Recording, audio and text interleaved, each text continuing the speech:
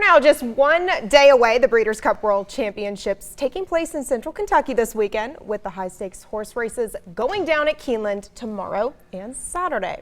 ABC 36 Sports Director Jeff Piecoro has been joining us live all week long from Keeneland, and that's where we find him once again this morning. Good morning, Jeff.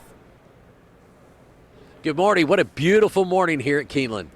Yeah, that's right, Jeff. It is beautiful today. No real weather concerns today or tomorrow, but as we've been talking about in the forecast the last couple days, could see some rain, some gusty winds later on in the day on Saturday. How will that affect any of the horse racing there?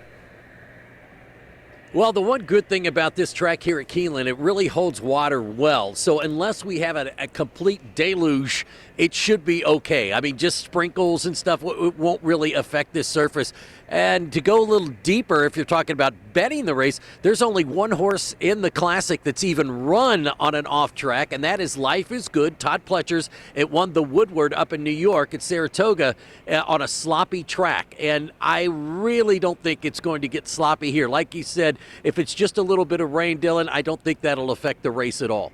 Gotcha. That is good to know. Thank you for that, Jeff. Very, very good to know. Now, we kind of started talking about bets, but what are your best bets for the weekend, Jeff? Well, you know, we've told you about all the food out here. You can't go wrong with that, but let's talk about the horses, shall we?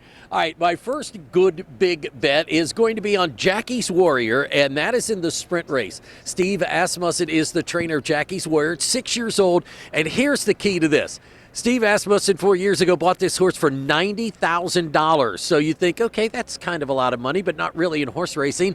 This horse has earned $2.8 million in his career. For the last couple of years, he's been one of the top American sprinters, and this is going to be Jackie Warrior's last race. And Steve Asmussen is very high on this horse. It would be great to see him leave with a victory in the Breeders' Cup Sprint. Second, we go to the Turf Mile. I like Kinross in this one.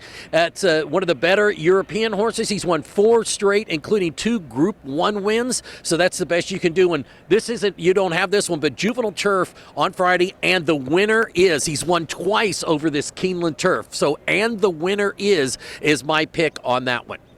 All right. Yeah, absolutely. And how about those picks for the Breeders' Cup Classic? We're talking about that post time 5:40 there on Saturday. Huge race. What are your picks for that? All right, I know you guys have got a couple picks on this, but let me give you mine real quick. Look, Flightline is a super horse, 5 for 5, but he's run all of his races out in California. His last race, he won the Pacific Classic. He won that one by 18.5 lengths. Some people say he could be the next Secretariat. To me, you've got to prove it out here on this track. Can he come east and win? Epicenter, I think, is probably going to be his biggest competitor in the race, but it's going to be awful hard to beat Flightline. Who do you guys have? So I've got Hot Rod Charlie. I know Dillon'S picked Epicenter. I'm going with Epicenter. I think he gets some revenge. I know he's kind of been upset in some races so far this year, so I think that'd be a nice feel-good story. Like you said, Flightline, with as popular as that pick has become. Yeah. Well, looks like a great time out there, Well, a lot Jeff. of people like Hot Rod. A lot of people like Hot Rod Charlie, so that's a good point. You know, he's raced at Churchill a lot, so he's kind of the sentimental favorite here. Yeah, that's wonderful. Well, thank you so much, Jeff, for joining us. We really appreciate it. Thanks.